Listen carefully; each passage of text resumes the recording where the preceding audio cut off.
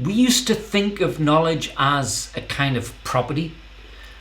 We called it intellectual property. It was an asset which was jealously guarded. But now it's more of a process which enables us to reach out and work with other people. But the pandemic has really demonstrated how innovation will only accelerate if IP is freely shared. And we've seen this outpouring of open source initiatives throughout the pandemic. One of the other things about knowledge is that it used to flow vertically down the organization, and it was invariably related to status. The more important you were in the organization, the more you needed to know and the more you knew. That was the assumption. Now it flows horizontally, and peer-to-peer knowledge has become a vital component. And tied to that is this shift in the value of knowledge. We used to have to be confident about the value of knowledge before we would share it externally.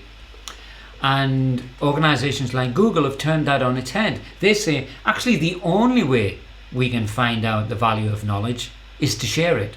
And the users and developers will tell us. And that's why everything is open source at Google, and everything's in perpetual beta.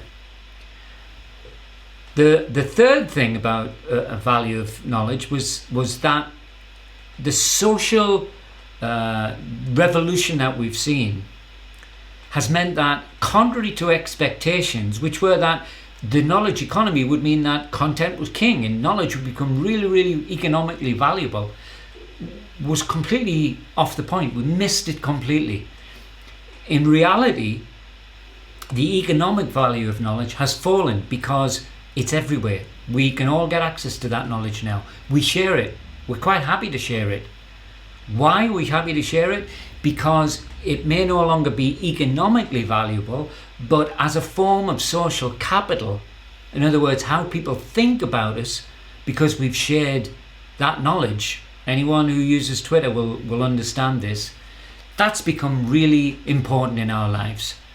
So the social value of knowledge has risen exponentially.